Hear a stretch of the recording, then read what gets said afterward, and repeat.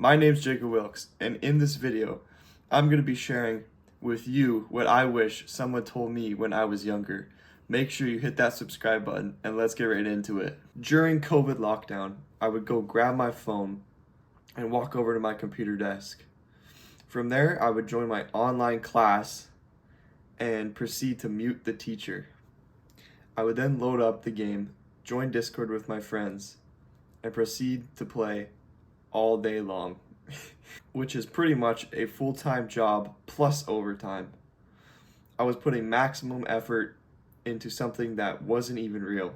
As a past video game addict, I know what it's like to constantly be thinking about video games. When you're trying to focus in school and your mind wanders and all you can think about is when you get home to play the game and you're daydreaming about what you're gonna do with your friends when you get home. Especially when you're younger, video games are so enjoyable. You get home from school, all your friends are in the party, and you're all gonna start playing a huge game. You have no worries and no responsibilities. Video games are fun, but just they're not real life. But I did learn some valuable lessons from playing video games. Not the video games itself, or people say like hand-eye coordination. Okay, just go play some sports, you get hand-eye coordination from that as well. You know in video games when you get XP or experience? Well, I use that analogy in the gym. If I wanted to level up a skill, say bench press, I would just do bench press and that would level up my experience. And if I wanted to get better at pull-ups, I would do more pull-ups. So in a weird way, from playing video games, it's helped me in the gym and in life, because I just look at life as a video game.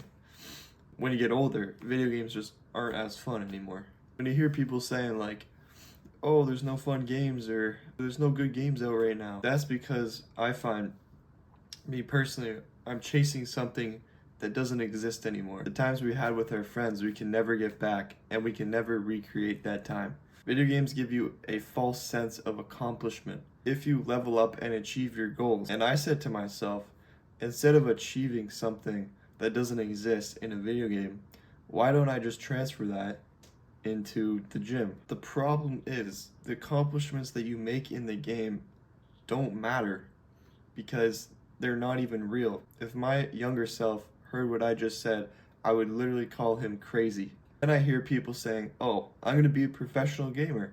Just let me play all day. These gamers are professionals. They have a tight schedule.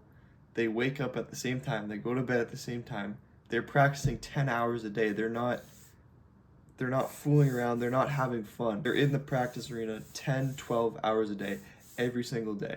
All they do is grind. You know, if you got stuck in a video game and you had no clue what to do, what I would do was go on YouTube and search a video on how I could get past that certain point.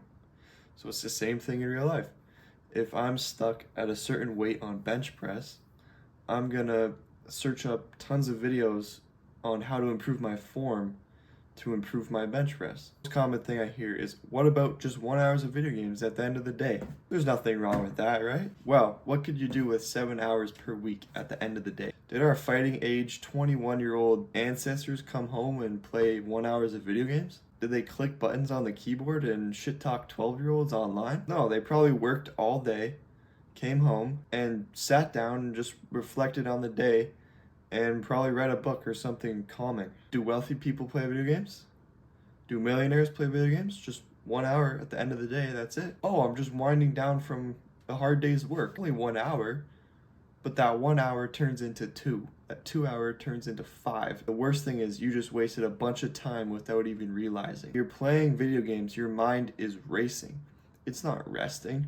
When the game gets super intense and exciting, and your heart rate goes up and you get all anxious, you're not resting while playing video games. Something like journaling, reading, or meditation is resting. And especially spiking your cortisol and dopamine at the end of the day, that's gonna translate to your sleep. You're not gonna sleep as well, and therefore the next day, you're not gonna be able to perform as well. Again, if my younger self heard me saying this, I would call him absolutely crazy. But once you stop playing video games, you'll realize how much time you wasted.